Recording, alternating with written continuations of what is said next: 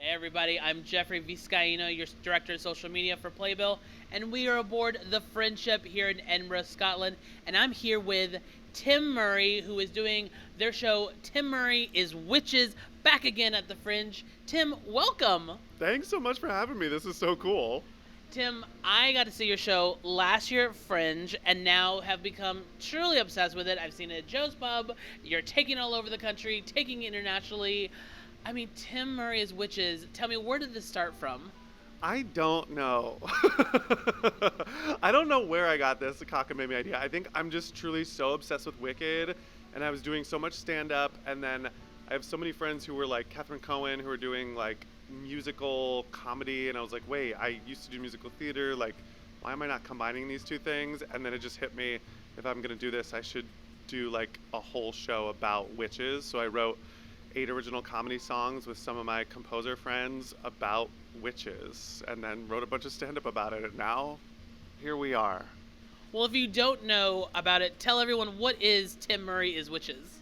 It's an hour of comedy about the queer experience and about how all witches are inherently queer and why queer people are obsessed with witches because of this idea that there's something about them that they think they need to hide and that they think is like bad or wrong, but then eventually they discover that those are their powers and that's like what they love about themselves. So that's kind of the whole theme of the show. And yeah, I wrote 8 songs. Some of them are about Wicked, some are about Hocus Pocus, some are just about hating children in general and how I relate to witches in that way.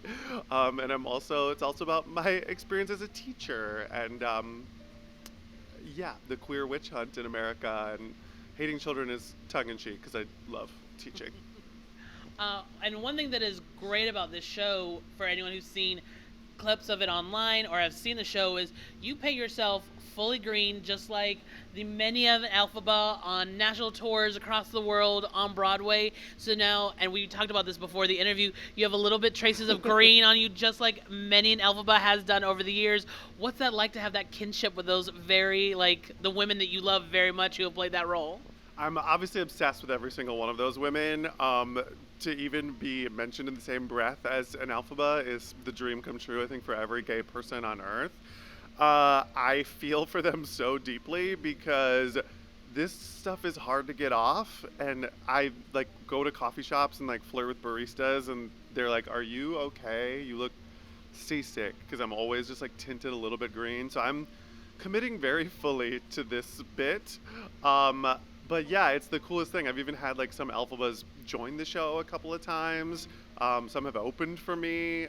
Last year at Joe's Pub, Eden Espinosa and Julia Murney joined the show to play a little game of Guess That AlphaBa. It's been the most amazing thing to be like welcomed by this crew of people that I've idolized my whole life.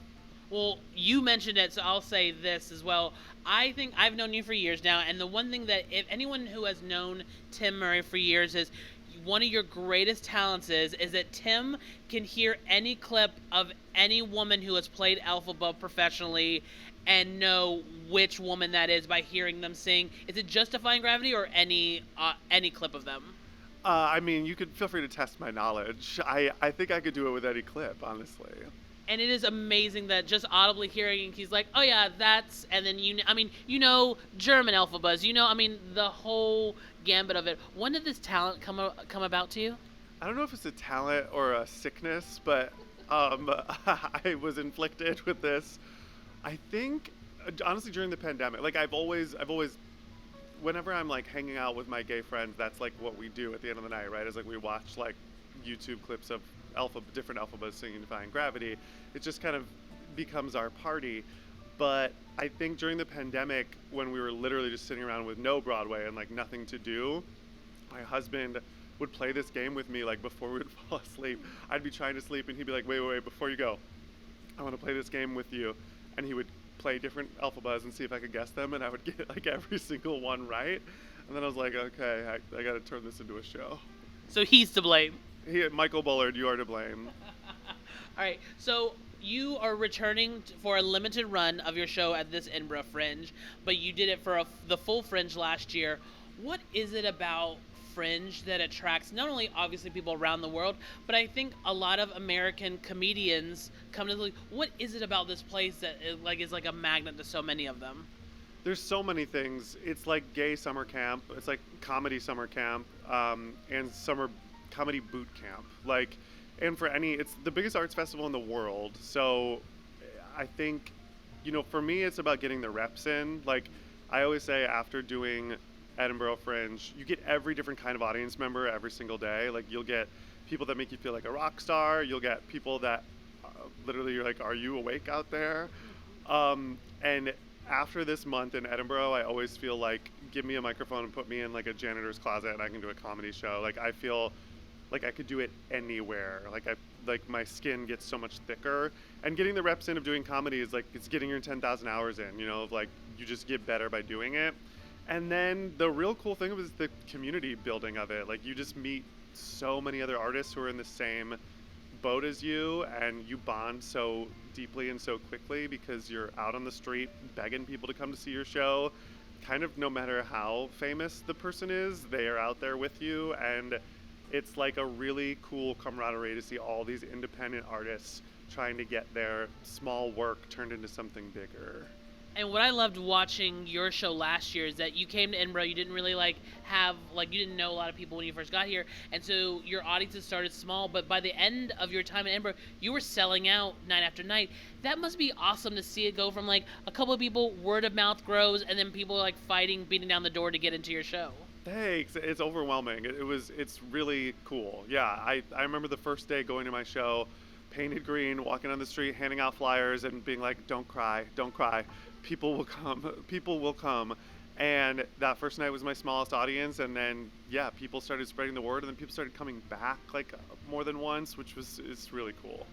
And this year you got to come onto the Friendship and perform for our evening show, which was again, another diverse audience as well. Tell me what that was like. I had the time of my life, and I was scared. Because my show is very much like, it's a lot of pop culture references for people in their 20s, 30s, 40s, maybe early 50s. And, this was definitely a different crowd for me. And I was so thrilled with how they took to it. Yeah. And yeah, they loved it. And it just made me realize, like, okay, I've been limiting myself. I can take this show out to a lot of different types of groups of people, which was amazing. Amazing, because yeah, the ship definitely has age ranges from, as you know, there was a 13-year-old boy at the show on the Fringe, and then there's people all the way up into their 70s and plus here on the ship, and to see everyone connect to the show that night was really, really cool. All right, so Tim, tell me, after you get done here at the Fringe, I know you're going to London to do the show there as well, but what happens to Tim Murray's Witches after London? Tim Murray's Witches is going on a 26-city tour in America and a little bit Canada. I'm going to play Joe's Pub on September 25th. Look out for some very special guests there. I'm doing Los Angeles, Chicago, and so many other cities in between. I love that. All right, we're going to wrap up here, but my final question that I've been trying to ask everyone is that last year I would say you were definitely summer, you're in your Witches era. What era are you currently in right now? My tired era. I'm tired. It's a lot. It's like I'm in full drag. I'm in the heels. I'm, there's costume changes. There's reveals. There's and I'm, going to see other people's shows and handing out flyers. And I got married this year and filmed a TV show last week. So I am, I'm exhausted. And there's nothing wrong with that. Tim, thank you so much for speaking with us. Y'all, if you are across the country, or first of all, where can people find your dates and stuff like that? At tmurray06 on my Instagram. Guys, go check him out. He's going across the country, going to Canada. Go see Tim Murray's Witches. If you love witches, if you love Wicked, this is the show to see. Tim, thank you so much. Thank you.